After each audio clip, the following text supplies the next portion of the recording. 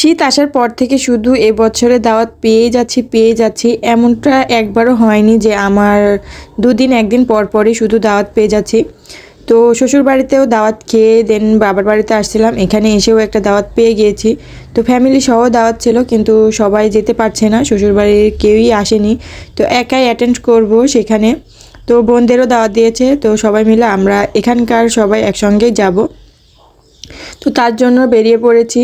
তো এদিকে বাহিরে একটু পায়চারি করছিলাম ছেলেকে নিয়ে, আর আমার শাড়ি পরার কোনো ইচ্ছে ছিল না, যদিও বা ভাবি বলল যে তুমি যদি শাড়ি পরো তাহলে আমিও শাড়ি পরবো। তো যেহেতু শাড়ি পরার ইচ্ছে হয়েছে, আমি না পরলে সেও পরতে পারবে না, তার জন্য ডিসাইড করলাম না শাড়ি পরাই যাক। আর এদিকে এই যে আমার বাবাটাকে নিয়ে দুষ্টুমি করছিলাম, ও ক্যামেরার দিকে এক কথাতে তাকিয়ে ফেলেছে। তো ও হচ্ছে আমার কাছেই ছিল, দেন গাড়িতে উঠে যাওয়ার পরে ওর আম্মু নেবে, আর আমি সামনের সাইডে হয়তো বা বসতে পারি, ওরা পিছনে বসবে, কারণ বাবুকে নিয়ে সামনে বসাটা বাতাসের কারণে ওর ঠান্ডা লেগে যেতে পারে। তো তার জন্য ওরা সবাই পিছনে বসবে। আর এদিকে আমরা একটা ভ্যান নিয়ে নিয়েছি রিজার্ভ করে, একটা অটো রিজার্ভ করা হয়েছিল, উনি 600 টাকা চেয়েছিল, আর এখানে আমাদের প্রায় 300 টাকা, প্রায় অর্ধেক টাকা কম বেশি। তো ডিসাইড করলাম না ঠিক আছে ভ্যানেই যাওয়া যাক। আর ভ্যানে কিন্তু যেতে কিন্তু ভীষণ ভালো লাগে, উপভোগ করতে করতে চারিদিকে দেখতে দেখতে যাওয়া যায়। তো এদিকে বসে পড়েছি আমি সামনে, আর বাবাকে নিয়ে নিয়েছি, আর ওদিকে সবাই আসলে পিছনে ছেলেকে নিয়ে নেবে। দেন রওনা দিয়ে দিলাম। এই তো এটা হচ্ছে আমাদের বাড়ির সামনের।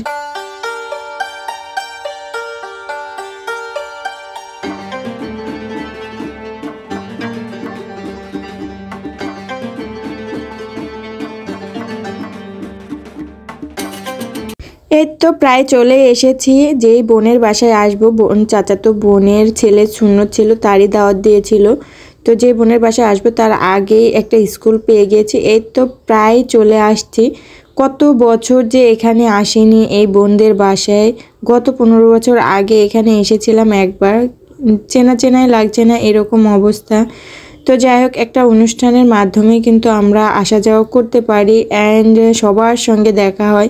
এই সময়টাতে কোথাও কারা আছে না আছে সবার সঙ্গে একসঙ্গে দেখা সাক্ষাৎ হয়ে যায়। তো ফার্স্টে বাড়ির মধ্যে চলে যাব, প্যান্ডেল নাকি এদিকে করে নাই, পিছন সাইডে করেছে। তো একটু পরে যাব, আগে ভিতরে গিয়ে দেখি কার কার সঙ্গে দেখা সাক্ষাৎ হয়। যদিও বা এখানে তেমন কেউই নাই, সবাই প্যান্ডেলের দিকে চলে গিয়েছে, ক্ষীরের প্যান্ডেল নাকি ওদিকেই করেছে, তো ওই জন্য সবাই ওই দিকেই আছে। তারপরও এখানে এসে আরেক চাচাতো বোনকে দেখে ফেলেছি।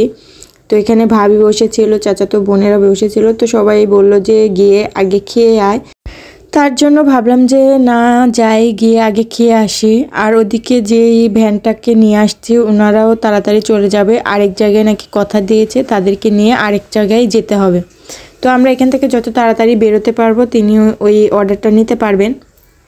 আর আমরা ওইখানে বেশিক্ষণ ওয়েট করতে পারবো না, আমার এই যে ভাইজিরা না ভীষণ জ্বালাচ্ছিল। তো এখানে আসার পরে আপু বলল যে ক্ষীরটা দিয়ে নে, তো এখানে ক্ষীর দিতে আসছিলাম। এখানে এসে দেখছি যে চাচি তার নাতনিকে নিয়ে বসে আছে, ক্ষীরটা যে কে নিচ্ছে সেটাই বোঝা যাচ্ছে না। তো বাবুকে বললাম যে একটু নাও, ও খেতেই চাচ্ছিল না, তো আমি জোর করে 1 চামচ ওকে দিয়ে দিই, কারণ একটু ক্ষীর না দিলে হয়। তো আমি বললাম আব্বু একটু নাও, তো একটু নিয়েছে। এদিকে আবার বোন দিবে, ভাবি দিবে, তো বোন চেষ্টা করছিল, তো বোনও একটু দিয়ে নেয়। আর এদিকে ভাবি সেরকম খাওয়াতে পারেনি, তো ভাবি শুধু টাকা দিয়ে চলে আসে। তো এখানে সবাই দাঁড়িয়েছিল, এত ভিড় ছিল, আর এখানে আমি একটা না ছবি উঠাইতে চাচ্ছিলাম, কিন্তু এখানে কোনো প্লেসই পাইনি, কারণ এত ভিড় ছিল যে ছেলেটার সঙ্গে গিয়ে একটা ফটো উঠাবো, তো পারলাম না। আর ওখানে সবাই একসঙ্গে বসেছিল দাদি নানিকে নিয়ে, তো যদি একটা ফাঁকা থাকতো তাহলে আমি গিয়ে একটা ফটোশ্যুট করে আসতাম। আর এদিকে বাইরে অনেকক্ষণ দাঁড়িয়েছিলাম, আর এই যে ভিড়, কি পরিমাণ ভিড়, যাই হোক ভিড়টি ঠেলে ঢুকে পড়লাম, যদিও জায়গা পাবো না ভাবছি। তো এখানে এত লাইন পড়েছিল, আর ভিতরটার অবস্থা কি, ভিতরে সবাই যেন একজনের ওপরে আরেকজন দাঁড়িয়ে আছে, তো কিভাবে ঢুকবো। যাই হোক কষ্ট মষ্ট করে ফার্স্টে ঢুকি, কিন্তু কি হয় ফার্স্টে ঢুকে আমরা রিটার্ন ঘুরে আসি, দেন পরে আবারও এসে বসে পড়েছি। তো যাই হোক এবার খেতেই হবে, তবে আমাদেরই লাস্ট ব্যাচ, তো সবার এতটা মানে ভিড় ছিল যে আমরা একবার এসে ঢুকে আবার দেন ফিরে যাই। তো তারপরে এসে তাড়াতাড়ি করে খেতে বসে পড়েছি, যদিও এখানে তাড়াতাড়ি করছিলাম কারণ আমাদের তাড়াতাড়ি বাড়ি যেতে হতো আর বাবুটা অনেক কান্নাকাটি করছিল। এদিকে আবারও রওনা দিয়ে দিয়েছি, দেন বাড়ি চলে যাব। সবার সঙ্গে বিদায় নিয়ে নিয়েছি। অনেকের সঙ্গে দেখা হয়েছিল, যাদের সঙ্গে অনেক দিন দেখা হয়নি তাদের সঙ্গেও দেখা সাক্ষাৎ হয়েছিল। দেন এই তো বাড়ি চলে আসলাম। ভিডিওটা আজকের মতো এ পর্যন্তই। ভিডিওটা ভালো লাগলে অবশ্যই লাইক কমেন্ট শেয়ার সাবস্ক্রাইব। আল্লাহ হাফেজ।